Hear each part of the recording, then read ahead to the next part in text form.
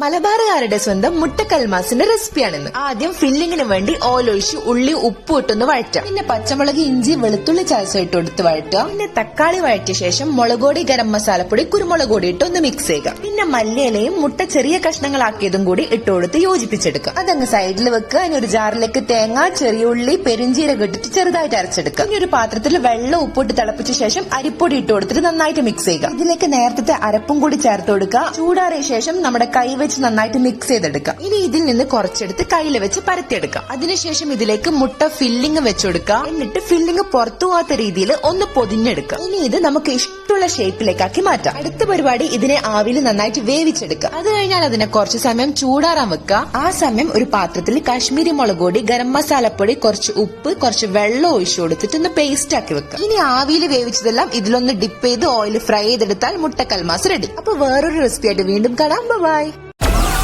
Download Moj.